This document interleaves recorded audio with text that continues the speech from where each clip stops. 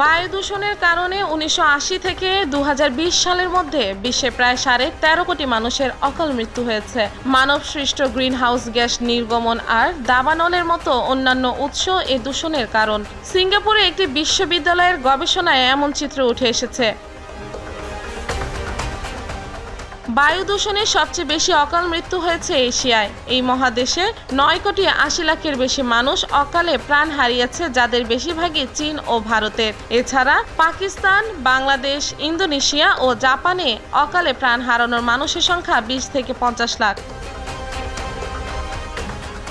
সিঙ্গাপুরের নানিয়াং প্রযুক্তি বিশ্ববিদ্যালয়ের এক গবেষণায় বায়ু দূষণের ভয়াবহতার এই চিত্র উঠে আসে। গবেষণাটি এনভায়রনমেন্ট ইন্টারন্যাশনাল জার্নালে প্রকাশিত হয়েছে বলে বিশ্ববিদ্যালয়টির পক্ষ থেকে জানানো হয়। গবেষকেরা বলছেন, এল নেনো এবং দ্য ইন্ডিয়ান ওশান ডাইপোলের মতো আবহাওয়া সংশ্লিষ্ট বিষয় বাতাসে দূষণের উপাদানগুলোর ঘনত্ব বাড়ানোর মাধ্যমে এগুলোর প্রভাবকে আরও মারাত্মক করে তুলেছে। বাতাসে ঘুরে বেড়ানো পার্টিকুলেট ম্যাটার ২.৫ বা PM2.৫ ক্ষুদ্র কণা নিঃশ্বাসের মাধ্যমে মানবদেহে প্রবেশ করাটা বেশ ক্ষতিকর, কারণ এগুলো রক্ত প্রবাহে প্রবেশ করার মতো যথেষ্ট ক্ষুদ্র। গাড়ি ও শিল্প কারখানা গ্যাস নিঃসরণের পাশাপাশি দাবানল ও ধুলো ঝড়ের মতো প্রাকৃতিক উৎস থেকে PM2.৫ বাতাসে ছড়িয়ে পড়ে। গবেষণা প্রতিবেদনে বলা হয়, চিকিৎসা দিয়ে সুস্থভাবে প্রতিরোধ করা যেত এমন রোগ বা পরিস্থিতিতে পরে মানুষ গড় আয়ুর চেয়ে কম বয়সে মারা যাচ্ছে। এসব রোগের মধ্যে রয়েছে স্ট্রোক, হৃদরোগ ও ফুসফুসের রোগ ও ক্যান্সার। আবহাওয়ার ধরনের কারণে এ ধরনের মৃত্যু 14% বেড়েছে বলেও উল্লেখ করা হয়েছে গবেষণায়।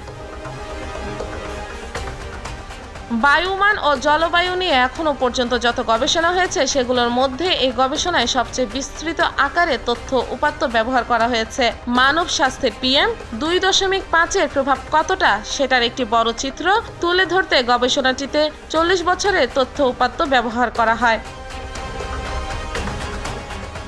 গবেষণা দলের প্রধান এনটিওর এশিয়ান স্কুল অব দ্য এনভায়রনমেন্টের সহযোগী অধ্যাপক বলেন, গবেষণায় দেখা গেছে জলবায়ুর ধরনের পরিবর্তন বায়ু দূষণকে আরও মারাত্মক করতে পারে। এল নিনোর মতো জলবায়ু সংশ্লিষ্ট নির্দিষ্ট কিছু ঘটনা ঘটলে দূষণের মাত্রা বেড়ে যেতে পারে। এর মানে হলো PM2.৫ দূষণে আরো বেশি মানুষ অকালে মারা যেতে পারে। এই গবেষকের আহ্বান, বিশ্ববাসীর স্বাস্থ্য সুরক্ষায় বায়ু দূষণ মোকাবেলায় করতে হলে এসব বিষয় বোঝা দরকার। এই পরিস্থিতিতে সেই বিষয়ের উপরেই জোর দিচ্ছে। এনটিইউর গবেষকেরা পৃথিবীর বায়ুস্তরে PM এর মাত্রা জানতে যুক্তরাষ্ট্রের জাতীয় মহাকাশ গবেষণা সংস্থা নাসার তথ্য উপাত্ত ব্যবহার করছে।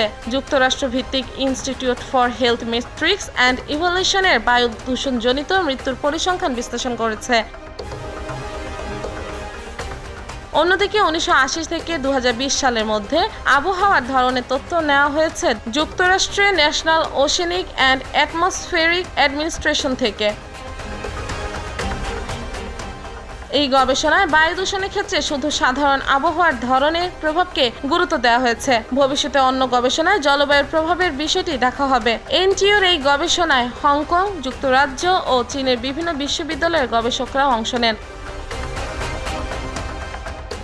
সম্প্রতি বিশ্ব স্বাস্থ্য সংস্থা জানিয়েছে, দাবানল ও যানবাহনের নির্গত গ্যাস সহ অন্যান্য কারণে সৃষ্ট বাহ্যিক পরিবেশ, বায়ু দূষণ এবং গার্হস্থ্য বায়ু দূষণের সমন্বিত প্রভাবে বিশ্বে প্রতি বছর ৬৭ লাখ মানুষ অকালে মারা যায়।